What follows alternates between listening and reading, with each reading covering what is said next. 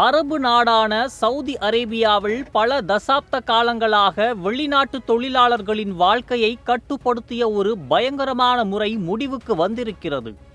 இது கிட்டத்தட்ட நவீன கால அடிமைத்தனமே என்று சொல்லலாம்.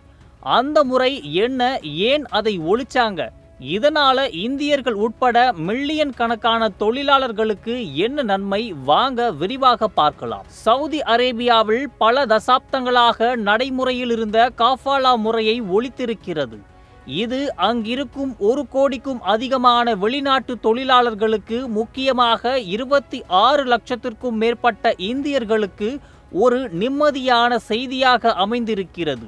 நீண்ட நாட்களாக எதிர்பார்க்கப்பட்ட இந்த முடிவு தற்போது நடைமுறையில் உள்ள ஸ்பான்சர்ஷிப் மாதிரியில் மிகப்பெரிய மாற்றங்களை கொண்டு வரப்போகிறது. முதலில் இந்த காஃபாலா முறைனா என்னன்னு சுருக்கமாக பார்ப்போம்.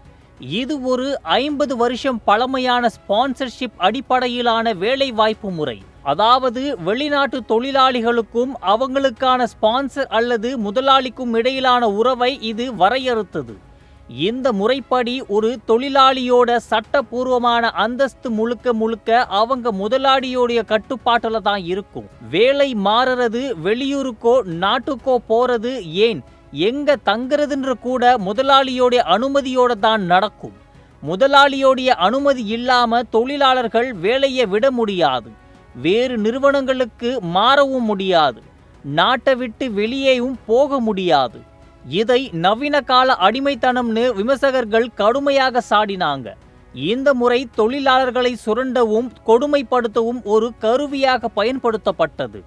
நியாயமற்ற வேலை நிலைமைகள், சுதந்திரத்தை பறிக்கும் சூழ்நிலைகள்னு பல புகார்கள் இந்த முறை மீது இருந்தது. குறிப்பா 2022 கத்தார் உலகக்கோப்பைக்கு முன்னாடி ஆயிரக்கணக்கான தெற்காசிய தொழிலாளர்கள் கடுமையான சூழ்நிலையில் வேலை செஞ்சு இருந்தப்போ இந்த காஃபாலா முறை உலகத்தோட கவனத்தை ஈர்த்தது.